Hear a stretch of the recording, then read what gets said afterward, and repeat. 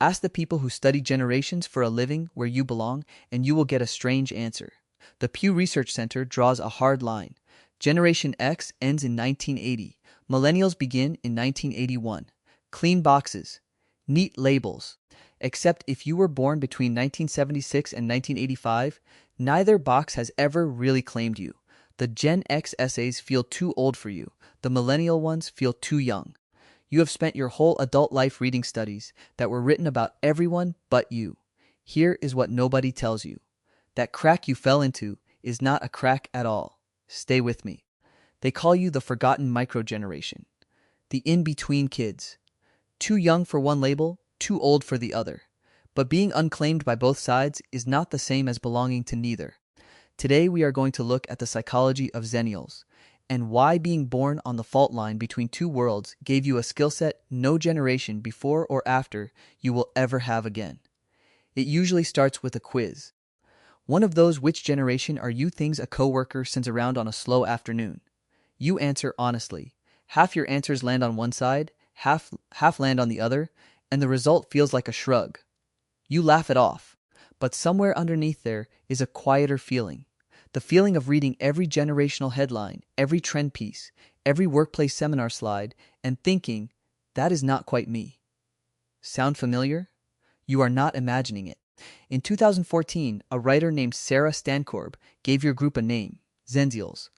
A year later, another writer, Anna Garvey, called you the Oregon Trail generation, after the game you played on those humming beige computers in the school library. The fact that you needed a special name at all tells you something. People kept noticing a cluster who did not quite behave like Gen X and did not quite behave like millennials. A cohort with its own fingerprint, and the fingerprint comes from timing. Not personality, not luck, timing.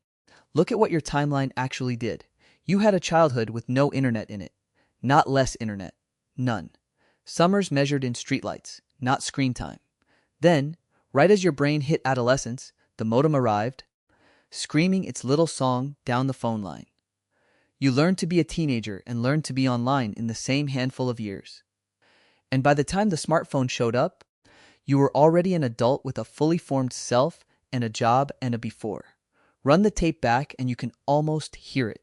You memorized phone numbers, then you stopped needing to. You waited for a song on the radio with a blank tape ready, then one day every song was just there. You passed folded paper notes in class, then suddenly you were typing to the same friends at midnight. Each of those changes landed while you were still becoming someone.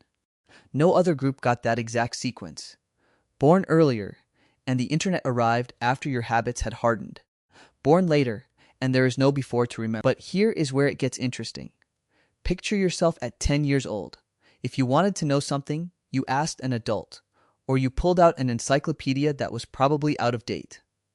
If a friend did not answer the phone, you just waited. You got bored, deeply, gloriously bored, and your brain had to make something out of that boredom, because nothing was going to make it for you.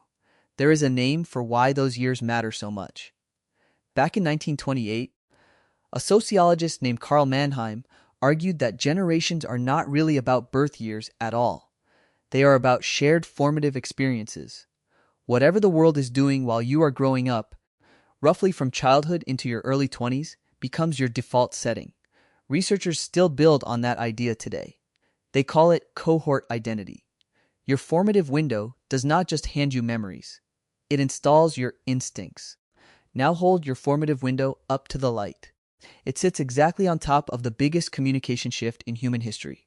You did your early learning in the analog world. Slow, physical, patient.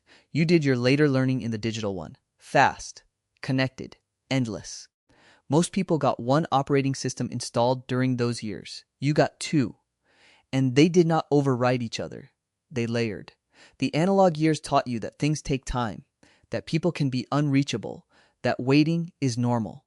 The digital years taught you that everything can change overnight and you will survive it. Both lessons stuck because both arrived while the cement was still wet, which means your default setting was never Gen X detachment or millennial fluency. It is translation. You spent your formative years switching between two worlds so often that the switching itself became the skill. Your cohort identity is not a decade, it is a doorway, and this is where it gets deeper than nostalgia. In 2001, an education writer named Mark Prensky split the world into digital natives, the kids who grew up inside technology, and digital immigrants, the adults who moved there later and never quite lost the accent. The frame went everywhere. Schools used it, companies used it, and it skipped you completely. Because you are neither one. You are not a native. You remember the before. You are not an immigrant. You arrived young enough that the accent never formed. You are something his frame did not have a word for. Bilingual. Think about what a bilingual person actually carries. Not just two vocabularies, two ways of seeing. They can feel what gets lost in translation because they live inside both languages at once. That is you, with worlds instead of words. You know what a friendship feels like when it runs on handwritten notes and a phone cord stretched around the kitchen door. And you know what it feels like when it runs on read receipts and typing dots. You are the only cohort alive that speaks both natively.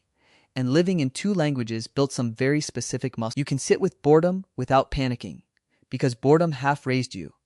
You can pick up a brand new system without fear, because your entire adolescence was one long software update.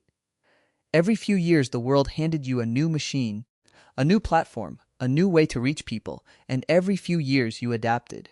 Adaptation stopped being an event somewhere around your 20th birthday. It became a reflex. Have you ever noticed you are the one at work who calms the older colleague down about the new software, then turns around and explains to the younger one why the phone call still matters? That is not a coincidence. That is the job description of a bridge. But here is the part that explains the ache, because there is an ache, right? A very specific one. It shows up when a dial-up sound plays in a movie, when you find a shoebox of printed photos with the date stamped in the corner, when you try to describe a busy signal to someone and watch their face stay blank. Something in your chest folds a little, and people are quick to call that being stuck in the past, as if remembering a vanished world were a kind of weakness. Psychology says almost the exact opposite. Researchers at the University of Southampton, led by Konstantin Sedekaides, have spent years studying nostalgia, and the findings keep pointing the same way. Nostalgia is not a retreat. When people revisit memories that matter to them, they consistently come back with more sense of meaning, more feeling of connection to others, more optimism about what comes next. Nostalgia behaves less like an anchor and more like a fuel. And your nostalgia is a rare kind. You are not just missing your own childhood. Everyone does that. You are carrying the living memory of an entire way of being human that no longer exists anywhere on Earth. You are one of the last people who knows, from the inside, what it felt like to be unreachable, to leave the house and simply be gone, not ignoring anyone, not avoiding anything, just gone, and it was fine. Your parents did not track a dot on a map. Your friends did not expect a reply. The world let you disappear for an afternoon, and it trusted you to come back. Try explaining that to someone born after 1995 and watch the concept slide right off. It is not that they do not believe you. It is that there is nothing in their memory for it to attach to. That double memory is not a wound. It is a measuring stick. You can look at any new technology and compare it to a real before, not an imagined one. You can tell the difference between what connection promises and what it actually delivers, because you have lived both versions all the way through. People younger than you cannot make that comparison. Many people older than you stopped trying. You never stopped. You just kept translating. So let this land properly. You are not the generation that fell through the cracks. You are the seam where two worlds were stitched together. Every era that changes this fast needs a small group of people who carry both sides in living memory, and history happened to hand that job to you. There is nothing wrong with not fitting the boxes. The boxes were drawn for people who only ever lived in one world. You lived in two. You are fluent in patience and fluent in speed. You can go fully offline without feeling like you disappeared, and fully online without forgetting there is anywhere else to be. Almost nobody younger than you can say that. Almost nobody older can, either.